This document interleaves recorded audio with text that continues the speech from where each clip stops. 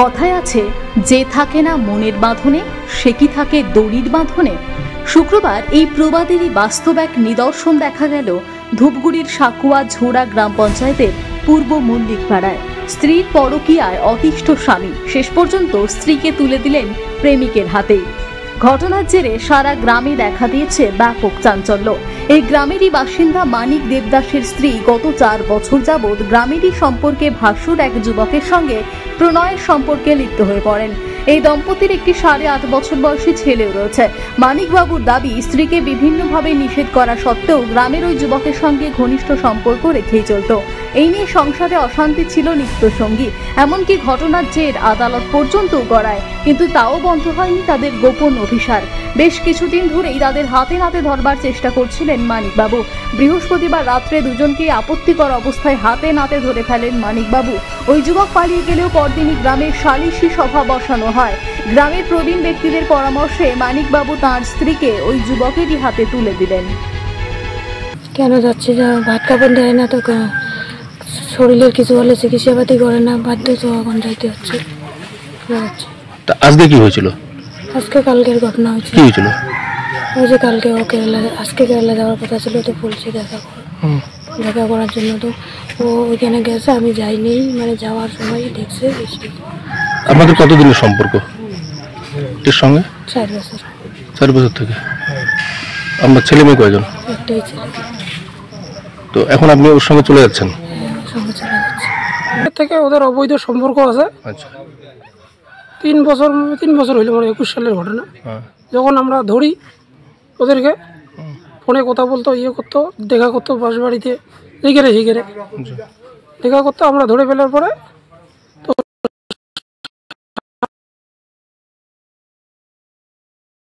সালিশ মীমাংসা হয়েছে। তারপরে ছেলের নামে কেস হয়েছে। তবুও এই কেস চলাকালীনও ইদানিংও ওরা এই সম্পর্ক রাখতেইছে গোপনভাবে। মোবাইলে কথা বলে, ওদের ফেসবুকে যে কথা বলে, ফেসবুকে দিয়ে পাঠায় কি ওগুলো সব আমার কাছে আছে, অসুবিধা নাই। এই জোগাড় করে ধরার পরে আমি অনেক কয়েকদিন থেকে ফলো করি।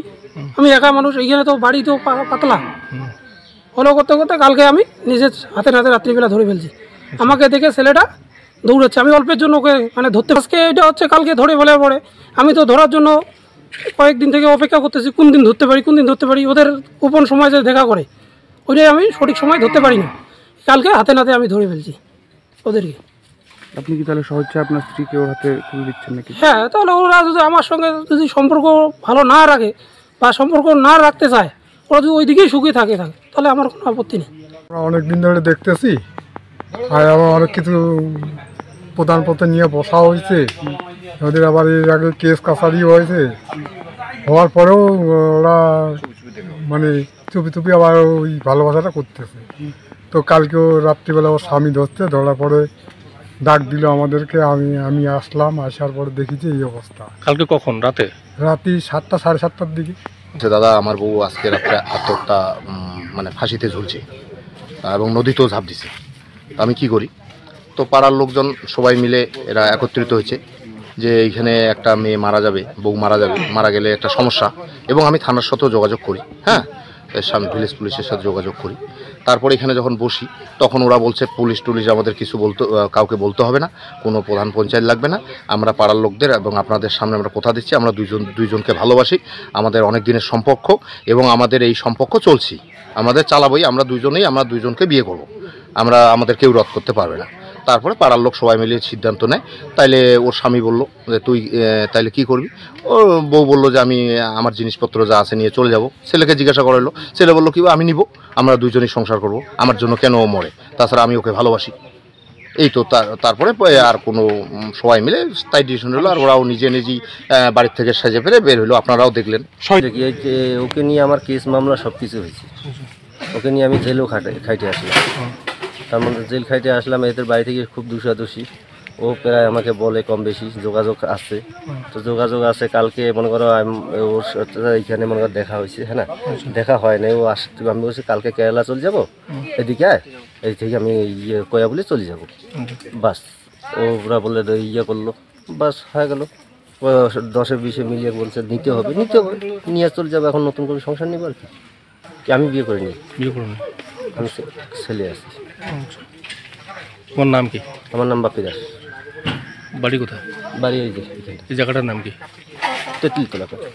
সরকারি এইভাবে বিয়ে করে, আমার কেস তো চলছে উপরে। আচ্ছা, তো কালকে যখন কেস উঠাতে যাব তখন উকিল কি বলে ওইটা ইয়ে করে তারপরে ইয়ে করবো। জলপাইগুড়ি থেকে নিজস্ব প্রতিনিধির রিপোর্ট, টিভি নিউজ 10।